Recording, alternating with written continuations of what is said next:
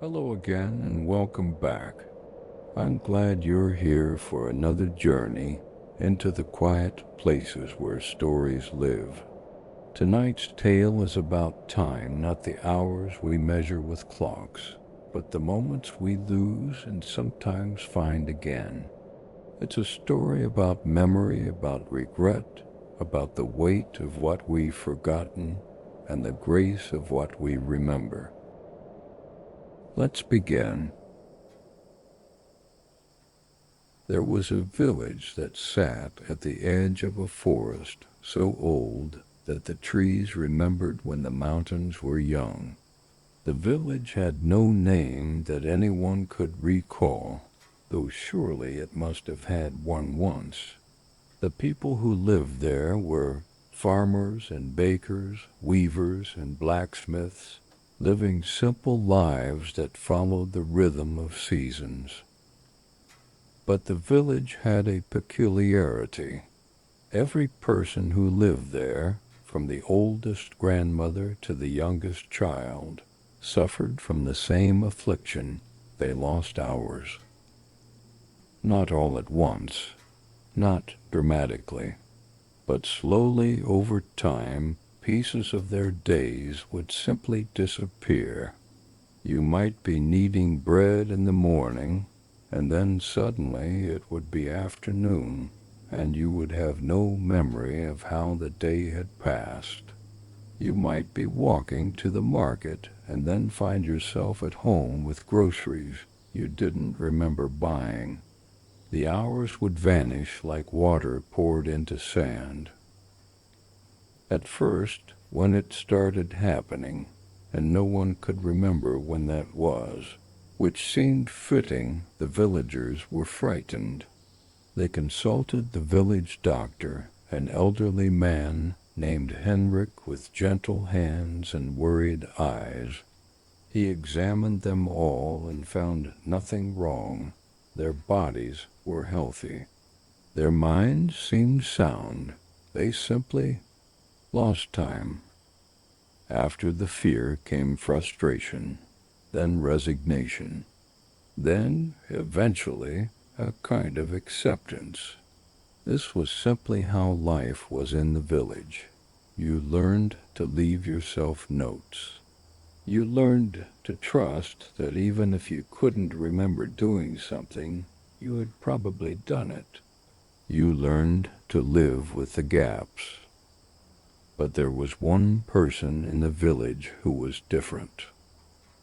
His name was Thomas, and he was a shepherd.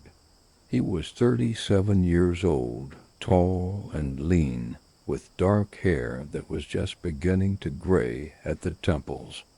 His face had the weathered quality of someone who spent most of his time outdoors, with lines around his eyes from squinting at distant horizons. Thomas didn't lose hours like the others. He remembered every moment of every day with perfect clarity. He could tell you what he'd had for breakfast on a Tuesday morning 3 years ago. He could describe the exact quality of light on an autumn afternoon from his childhood. He forgot nothing. At first, this seemed like a gift. While everyone else in the village stumbled through their days with gaps in their memory, Thomas was whole, complete, unbroken.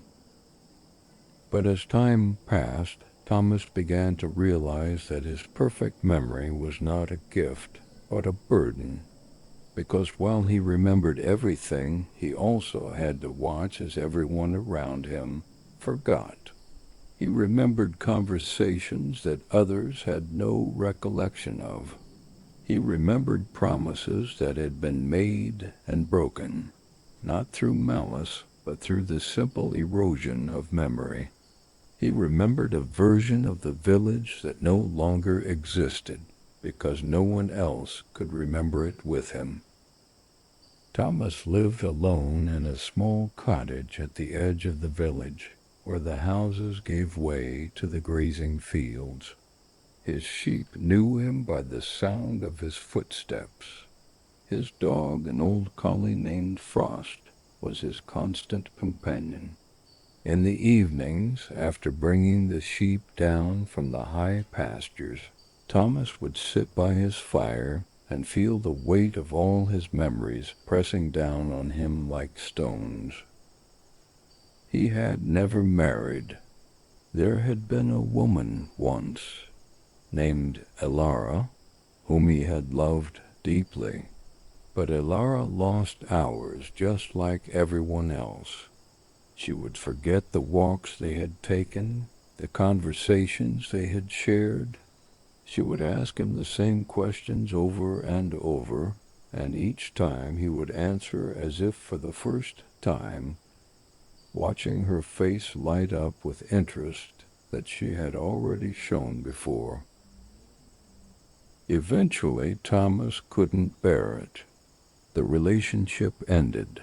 Not because the love died, but because he couldn't stand being the only one who remembered it. Elara moved to a neighboring village and married someone else. Thomas heard about it months later. He didn't attend the wedding. That was 7 years ago. Since then, Thomas had kept mostly to himself, tending his sheep, walking his familiar paths, carrying his memories like a shepherd carries a lamb that cannot walk on its own. One evening in early autumn, as the sun was setting and painting the sky in shades of amber and rose, Thomas was bringing his flock down from the high meadows when he noticed something unusual. There was smoke rising from deep within the forest, from a place where no one lived. The forest was not forbidden exactly, but it was avoided. The trees grew so thick there that even at midday the light barely penetrated. Strange sounds echoed from its depths, not dangerous sounds, but unsettling ones. Whispers that might have been wind. Movements in the shadows that might have been deer. The villagers stayed away, and the forest kept its secrets. But smoke meant fire, and fire could spread. Thomas secured his sheep in their pen, told Frost to stay and guard them, and set off into the forest as the last light faded from the sky. The trees closed around him like the walls of a cathedral, tall and silent. The air smelled of moss and fallen leaves, and something else, something he couldn't quite identify. Ancient things, lost things. Time itself perhaps concentrated and still. Thomas walked for what felt like an hour, following the smoke. The forest path was narrow and overgrown, but it seemed to know where it was going, winding between the massive trunks with purpose. Finally, he emerged into a small clearing.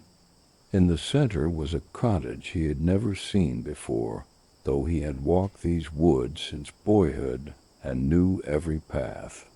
The cottage was old, built of stone and dark wood, with a thatched roof and windows that glowed with warm firelight. Smoke rose from the chimney carrying the scent of burning applewood. Thomas hesitated. Then he knocked on the door. It opened almost immediately, as if someone had been waiting. The person who answered was unlike anyone Thomas had ever seen. They were old ancient, perhaps with skin like parchment and eyes that held depths he couldn't fathom. They might have been a man or a woman. It was impossible to tell. They wore robes of a gray-green color that seemed to shift in the firelight. "Thomas," they said, and their voice was like wind through dry grass. "I wondered when you would come." "You know my name," Thomas said. "I know many things. Come in." The night is cold, and we have much to discuss. Thomas should have been afraid. He should have turned and walked back to his village, to his cottage, to the simple life he knew. But something in the stranger's voice, in their eyes, spoke of understanding, of answers to questions he hadn't known how to ask. He stepped inside. The cottage interior was larger than it should have been, given its exterior dimensions. The walls were lined with shelves, and on the shelves were hundreds, no, thousands of small glass bottles. Each bottle glowed with a soft, pearlescent light, like moonlight on water. The stranger gestured to a chair by the fire. Thomas sat. The stranger settled into a chair across from him, and for a long moment they simply looked at each other. "Do you know what I am?" the stranger finally asked. Thomas shook his head. "I am the shepherd of lost hours," they said.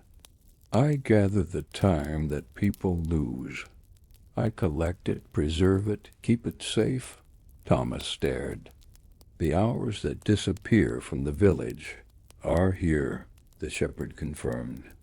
"In these bottles, every lost moment, every forgotten hour, every gap in memory. I collect them all." "Why?" Thomas asked. The shepherd rose and walked to the shelves. They selected a bottle at random and held it up to the firelight. Inside, Thomas could see something moving, shadows and light, images that flickered too fast to follow. "Because nothing should be truly lost," the shepherd said softly. "Because every moment matters, even if especially if we cannot remember it. Because time is precious and waste is a tragedy." "But people forget," Thomas said. "The villagers don't know these hours are missing. They don't suffer from not having them. Don't they?" The shepherd's gaze was penetrating. "You've watched them, Thomas. You've seen how they drift through their days. You've seen the confusion in their eyes, the sense that something is missing, even if they can't name what. Just because they don't remember doesn't mean there's no loss." Thomas thought about this. He thought about the way the baker sometimes stood in his shop, looking around as if he'd forgotten why he was there. The way the weaver would pause mid-thread, her hands still, her eyes distant. The way his own mother, before she died, would sometimes look at him with a kind of desperate sadness, as if she knew she was forgetting something important, but couldn't remember what. "Why do you collect them?" Thomas asked. "What do you do with them?" The shepherd returned the bottle to its shelf with careful precision. "I keep them safe. I preserve them.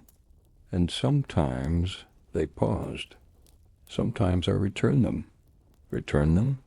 "When the time is right. When someone is ready to receive what they've lost. When the pain of forgetting becomes greater than the pain of remembering." The shepherd turned back to Thomas, and their eyes were infinitely old and infinitely sad. "But here's what you need to understand, Thomas. I don't take the hours.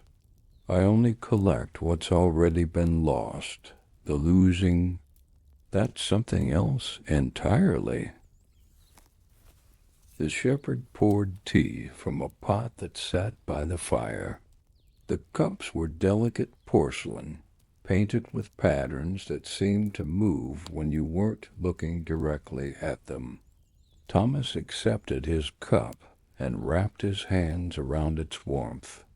"Why does it happen?" Thomas asked. "Why do people in the village lose their hours?" The shepherd was quiet for a long time, gazing into the fire. The flames cast shifting shadows across their ancient face. "Do you know the history of this village?" they finally asked. "Some of it," Thomas said. "It's been here for generations. My family has lived here as long as anyone can remember." 200 years ago, the shepherd said, something terrible happened here. A plague swept through the village. In 3 months, half the population died. Parents watched their children sicken and fade. Children lost their mothers and fathers. The survivors, they were devastated, destroyed. The weight of grief was so heavy that many considered simply walking into the forest and never coming back. Thomas had heard whispers of this, fragments of old stories, but never the full tale. And then the shepherd continued, "Someone, I don't know who, some ancestor of yours, perhaps made a wish, a desperate, broken wish. They wished to forget, to be free of the memories that were too heavy to carry, to lose the hours that held too much pain." Understanding began to dawn on Thomas, and the wish was granted. "Not as they expected," the shepherd said. "Wishes rarely are. They wanted to forget the plague, the deaths, the grief. Instead, they began to forget everything. Not all at once, but slowly, progressively, the hours began to slip away. First the painful ones, yes, but then others too. The wish couldn't distinguish. It simply took. And it's still happening," Thomas said. 200 years later, curses and blessings both have momentum, the shepherd said. Once started, they're hard to stop. The wish became woven into the fabric of the village itself. Now everyone who lives here loses time, whether they want to or not, except you. Why not me? The shepherd smiled, though it was a sad smile. "Because you're different, Thomas. Because somewhere in your bloodline someone refused to forget. Someone chose to remember, no matter how much it hurt. And that choice, that stubborn insistence on memory, passed down through generations until it reached you." Thomas thought about his grandmother who had died when he was young. He remembered her eyes, sharp and clear and deeply sad. She had told him stories about the old days, about people long dead, with a precision that had seemed unusual even then.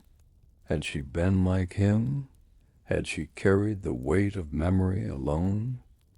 "So I'm cursed with remembering," Thomas said, "while everyone else is cursed with forgetting." "Or blessed," the shepherd said, "depending on how you look at it. Neither is purely one or the other. Memory is both gift and burden. Forgetting is both loss and relief." Thomas set down his cup. His hands were shaking slightly. "Why did you want me to come here? Why tell me all this?" The shepherd rose and walked to a particular section of shelves. These bottles glowed brighter than the others, pulsing gently like heartbeats. "Because you have a choice to make," the shepherd said. "A choice that will affect not just you, but the entire village." They selected a bottle larger than the others, filled with light that seemed to contain every color Thomas had ever seen, and some he hadn't. "This contains all the lost hours of your village," the shepherd said. "Every moment that's been forgotten over the past 200 years. Every memory that slipped away. Every experience that was lost. If I break this bottle, if I release these hours, they will return to the people who lost them.